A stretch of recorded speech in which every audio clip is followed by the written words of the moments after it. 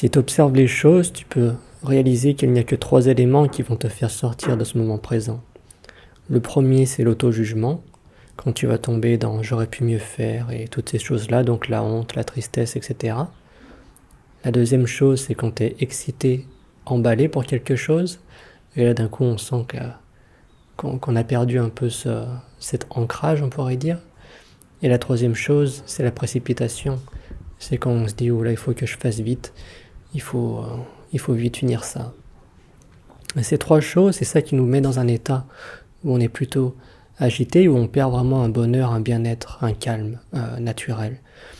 Mais surtout, le plus important à réaliser, c'est que pour ces 3 choses, il n'y a rien de mal avec ces 3 choses, mais c'est l'approche, on pourrait dire.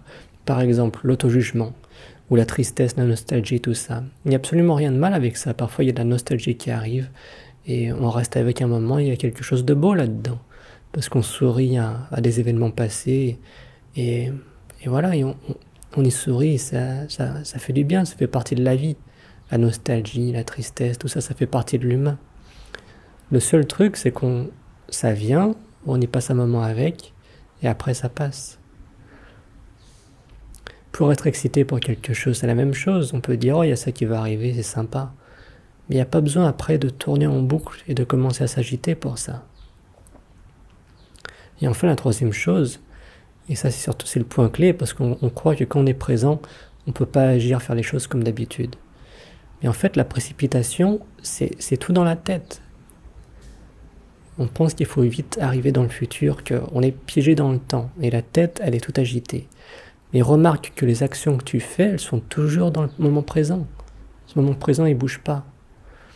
Donc mettons qu'il faille faire les choses vite. Tu peux très bien faire les choses plus vite, mais toujours présent. T'as pas besoin de créer tout ce chaos mental. Et tant qu'on reste dans cette présence, qu'on est là, qu'on est bien, pas d'auto-jugement, pas d'excitation, pas d'agitation, de précipitation, tout se fait plutôt bien. Et le piège avec le deuxième point, l'excitation, c'est que pour quelqu'un qui est dans la roue du karma, donc qui est toujours dans espoir brisé, qui est toujours triste, excité, c'est que je suis d'accord que être excité, ça paraît être génial.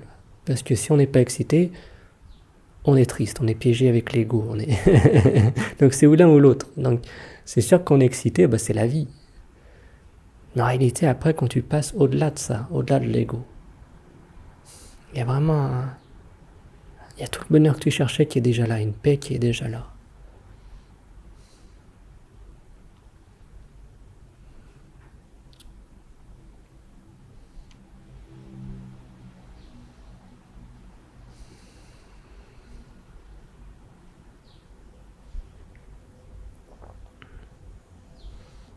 Merci.